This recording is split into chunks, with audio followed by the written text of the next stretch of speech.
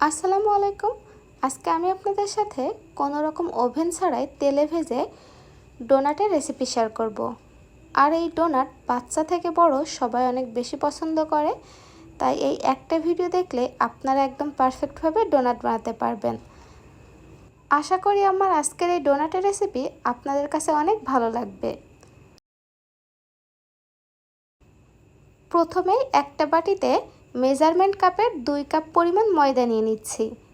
এরপর এর মধ্যে 2 টেবিল চামচ চিনি দিয়ে দেব, 1 চা চামচ ইনস্ট্যান্ট ইস্ট দিয়ে দেব আর 1 চিমটি পরিমাণ লবণ দিয়ে সব কিছু খুব ভালোভাবে মিশিয়ে নেব।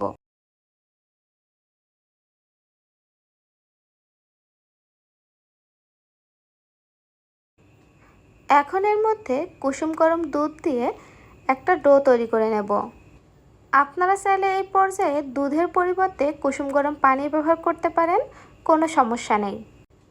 এই পর্যায়ে আমি সম্পূর্ণ দুধ একবারে দিয়ে দেব না, অল্প অল্প করে দুধ দিয়ে ডোটা বানিয়ে নেব। আর আমি এখানে 1 কাপের থেকে কিছুটা কম পরিমাণে দুধ ব্যবহার করেছি।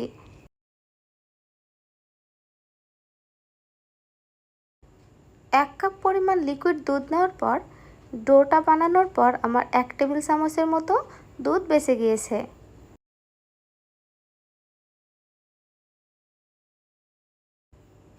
এখন এই ডোটা প্লাস্টিক র্যাপ দিয়ে ঢেকে আধা ঘন্টার জন্য রেস্টে রেখে দিব।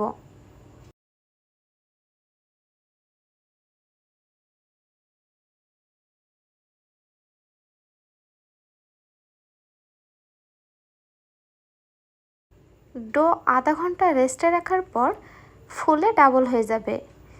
এরপর প্লাস্টিক র্যাপটা উঠিয়ে ডোর মধ্যে থেকে বাতাস বের করে 5 মিনিটের মতো ভালোভাবে মথে নেব।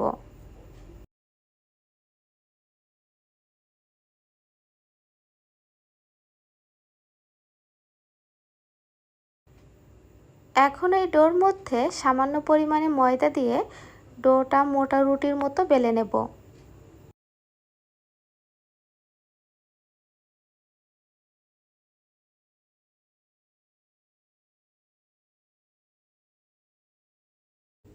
রুটিটা বেলে নেওয়ার পর কতটা মোটা হবে তা নিশ্চয়ই আপনারা দেখে বুঝতে পারছেন।